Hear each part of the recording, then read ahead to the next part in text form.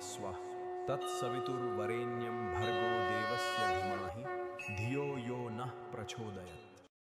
त्रेता युग की वह महागाथा जहां ऋषियों के आश्रमों में वेदों की ध्वनि गूंजती थी, हिमालय की चोटियां तप का तेज समेटे चमकती थीं और धरती पर देवताओं तथा असुरों के संघर्ष से संसार का संतुलन डगमगाया हुआ था। इसी दिव्य काल में जन्मी एक कथा, एक असुर कुल और ऋषि कुल के अद्भुत मिलन की कथा। वह मिलन जिसने संसार को एक महाशक्ति दी, रावण, असुर राज सुमाली, जो कभी त्रैलोक्य को चुनौती देता था, अब कमजोर पड़ते साम्राज्य को देखकर चिंतित था। वह जानता था केवल एक दिव्य संतान ही असुर कुल को फिर से उन्नत कर सकती है, और इसीलिए उसने अपनी पुत्री कैकसी से कहा, ऐसे पुरुष की खोज करो जिसका तेज, जिसका ज्ञान तुम्हारे गर्भ से जन्म लेने वाली संतानों को अमर कर दे। कैकसी ने खोज शुरू की और एक दिन वह पहुंच गई महर्षि पुलस्त्य के पुत्र ऋषि विश्रवा के पवित्र आश्रम में। ऋषि विश्रवा ब्रह्मा के मानस पुत्र पुलस्त्य ऋषि के वंशज, ज्ञान, तप और ब्रह्म तेज के स्वामी। उनकी आंखों में वह प्रकाश था जो अंधकार से भी सत्य को देख सके। विश्रवा के पहली पत्नी इलबिला इनसे जन्मे कुबेर, धन के देवता, लंका के प्रथम राजा। कैकसी से हाथ जोड़कर विश्रवा के सामने खड़ी हुई और बोली, महर्षि, मैं आपके तेज से प्रभावित होकर आपसे विवाह का वर मांगने आई हूं। ऋषि विश्रवा ने देखा कि कैकसी का तेज और स्वभाव गहरा है, लेकिन उसके पीछे असुर प्रवृत्ति का प्रभाव भी है।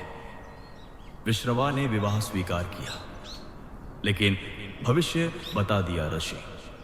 विश्रवा ने कैकसी से कहा, तुम्हारी संतानों में शक्ति तो अपार होगी, पर प्रवृत्ति असुरों जैसी भी होगी।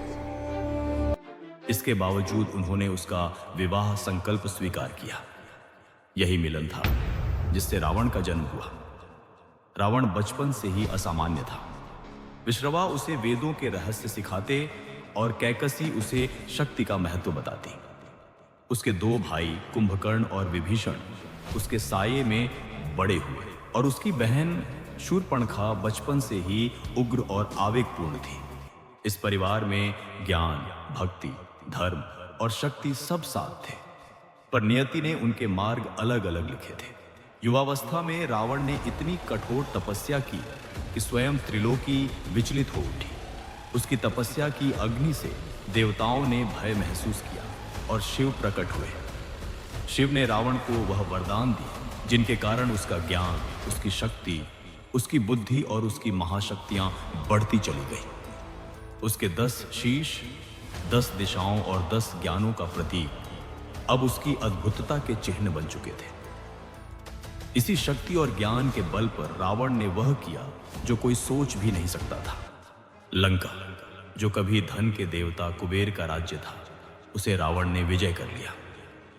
कहा जाता है कि जब रावण ने पहली बार लंका देखी तो उसके स्वर्ण मंडित द्वार सूर्य की किरणों से ऐसे चमक रहे थे कि आंखें झुक जाएं। पर रावण ने उन द्वारों को देखते हुए कहा, यह वैभव अब मेरे साम्राज्य की पहचान बनेगा।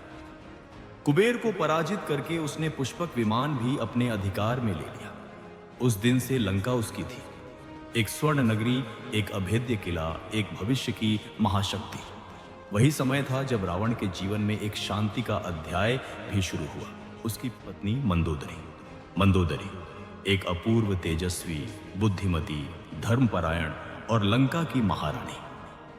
उसी से रावण को एक पुत्र मिला, मेघनाद, जिसे आगे चलकर उसके अद्भुत पराक्रम के कारण इंद्रजीत कहा गया, क्योंकि उसने देवेंद्र को पराजित किया था। मेघनाद रावण की जान था, वीर, रणनीतिकार, शक्तिशाली और अद्भुत योद्धा। पर रावण का जीवन उस शांत मार्ग पर नहीं चल पाया। रावण की कथा का असली मोड़ उस दिन आया जब उसकी बहन शूर्पणखा दंडकारण्य के जंगलों में गए, और उसी वन में शूर्पणखा पहली बार राम, लक्ष्मण और सीता से मिली। राम का तेज, सौम्यता और दिव्यता देखकर वह क्षण भर में उनसे आकर्षित हो गई। उसने कपट से राम को रिझाना चाहा, लेकिन जब राम ने कहा कि वे एक पत्नी व्रती हैं, तो उसके मन में ईर्ष्या और क्रोध भड़क उठा। क्रोध में उसने सीता को नुकसान पहुंचाने की कोशिश की। उसी क्षण लक्ष्मण आगे आए। एक तीव्र वार में उन्होंने उसकी नाक और कान काट दिए। शूर्पणखा चीखते हुए धरती पर गिरी, अपमानित, घायल और प्रतिशोध की आग से भरी हुई। वह वहीं से लंका पहुंची और रावण को सब बताकर बोली, भैया, मेरा अपमान हुआ है और राम की पत्नी सीता, उन जैसा तेज मैंने कभी नहीं देखा। सीता का नाम सुनते ही रावण के मन में जिज्ञासा जागी। वह जानना चाहता था कि यह कौन है जिसकी पवित्रता और सौम्यता का वर्णन उसकी बहन कर रही है। वह अपने परिवार के अपमान का बदला भी लेना चाहता था। इसी दो भावनाओं ने उसे दंडकारण्य की ओर खींचा। रावण उस कथा को सुनकर विचलित नहीं हुआ, बल्कि उसका अहंकार जाग उठा। उसे लगा कि वह त्रैलोक्याधिपति है, उसके लिए कुछ भी असंभव नहीं। वह जानता था कि राम वनवासी है, और अहंकार ने उसे यकीन दिलाया कि वह सीता को अपनी लंका में लाकर उन्हें तोड़ देगा और राम कुछ नहीं कर पाएंगे। सीता से उसका पहला सामना साधारण नहीं था। वह था नियति का लिखा हुआ एक गहरा मोड़। वह ब्राह्मण साधु का रूप धर कर आया और सीता ने उसे अपने पवित्र मन से भोजन अनाज दिया। उसी क्षण रावण ने अपना छल प्रकट किया और रावण ने सीता का हरण कर लिया। यह कृत्य केवल एक युद्ध की शुरुआत नहीं था, यह था त्रेता युग के संतुलन को चुनौती देने का क्षण। सीता का चेहरा चंद्रमा सा शांत था। सीता ने केवल एक वाक्य कहा, मेरा हृदय राम में है, उसे कोई छीन नहीं सकता। पर रावण का अहंकार उसे पीछे हटने नहीं दे रहा था। वह सीता को पुष्पक विमान में बैठाकर लंका की ओर उड़ा। रावण ने सैनिकों से कहा, सीता देवी को अशोक वाटिका ले चलो। उनके साथ कोई अनादर ना हो, उनके नजदीक भी कोई बिना अनुमति ना आए। सीता, तुम लंका की महारानी बन सकती हो। राज्य, वैभव, शक्ति सब तुम्हारे चरणों में है। सीता ने बिना भय, बिना क्रोध के कहा, रावण, मैं केवल राम की हूं। तुम्हारी शक्ति मुझे डरा नहीं सकती और तुम्हारा अहंकार मुझे झुका नहीं सकता। सीता के ये शब्द रावण के हृदय पर वज्र जैसे गिरे। वह क्रोधित हुआ, पर उनके तेज को देखकर मौन भी हो गया। वह उन्हें छू तक नहीं सकता था। श्राप था, भय था और सीता की दिव्यता थी। विभीषण ने तुरंत रावण को समझाया, भैया, यह मार्ग विनाश का है। सीता को लौटा दो। राम कोई साधारण मनुष्य नहीं है। पर रावण का अहंकार उसकी बुद्धि पर पर्दा डाल चुका था।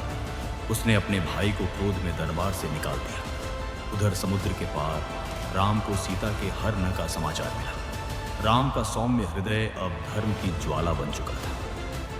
लंका की भूमि पर देव, दानव और मनुष्यों का सबसे महान संग्राम शुरू हुआ। इसके बाद शुरू हुई वह महागाथा, जहां राम हनुमान से मिले। हनुमान लंका पहुंचे, सीता को अशोक वाटिका में पाया और रावण को युद्ध का संदेश दे आए। उसी दिन से रावण का विनाश शुरू हो चुका था और राम धर्म की रक्षा के लिए लंका की ओर चल पड़े थे। मेघनाद ने अपने पराक्रम से समस्त सेना को हिला दिया, पर अंत में लक्ष्मण के अस्त्र से वह वीर गति को प्राप्त हुआ। कुंभकर्ण भी गिरा। रावण का साम्राज्य, उसका गर्व, उसका वैभव सब एक एक कर टूटने लगे। रावण के लिए यह क्षण था जब उसके भीतर वर्षों से जमा हुआ गर्व, अहंकार और अजेय होने का भ्रम दरकने लगा। उसकी आंखें पहली बार नम हुई, पर उसके भीतर की आग बुझी नहीं। इसके बजाय वह और भड़क उठी। रावण अपने राजमहल की सीढ़ियों पर रुका, जहां मंदोदरी खड़ी थी। आंखों में आंसू, दिल में भय। वह बोली, स्वामी, अब लौट आइए। आपके सामने मौत नहीं, धर्म का वज्र खड़ा है। रावण कुछ क्षण मौन रहा, फिर बोला, मंदोदरी, मृत्यु से कौन बचा है? पर रावण कभी झुकता नहीं। इसके बाद रावण ने अपने सबसे विशाल रथ पर चढ़कर रणभूमि की ओर प्रस्थान किया। आकाश काला हो गया, बिजली चमकने लगी और उसकी 10 गर्दनें गर्व से तनी थी।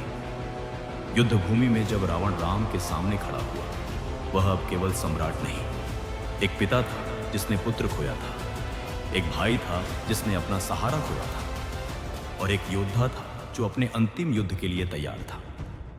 धर्म और अधर्म, प्रकाश और अंधकार, विनम्रता और अहंकार, इन दो शक्तियों के बीच अंतिम निर्णायक संग्राम आरंभ हुआ। राम के हर बाण में धर्म का तेज था और रावण के हर प्रहार में वर्षों का अहंकार। युद्ध लंबा चला और अंततः राम के ब्रह्मास्त्र ने रावण की 10 गर्दनें शांत कर दी। रावण गिरा, पराजित होकर नहीं, बल्कि अपने अहंकार और गलतियों के बोझ से टूटकर। अंतिम क्षणों में उसने कहा, राम, तुम देव हो, धर्म का बल अजेय है। मेरे पुत्र ने, मेरे भाई ने, और अब मैंने यह सत्य जान लिया। और ऐसे समाप्त हुई रावण की कहानी, जो स्वयं महादेव का अदम्य शिष्य कहलाता था। एक ऐसा पात्र जिसमें अपार विद्या, असीम शक्ति और प्रचंड अहंकार एक साथ बसे थे। पर जब अहंकार ने उसकी बुद्धि को ढक लिया, तब धर्म ने सिद्ध किया कि महाशक्ति भी पतन से नहीं बच सकती। दोस्तों, लंकाधीश रावण की यह कहानी सुनकर आपके दिल में उनके लिए क्या विचार आए, कमेंट में जरूर बताइए। अगर आप भी ऐसी दिव्य और प्रेरणादायक हिंदू साहित्य की कथाएं सुनते रहना चाहते हैं, तो चैनल को सब्सक्राइब करें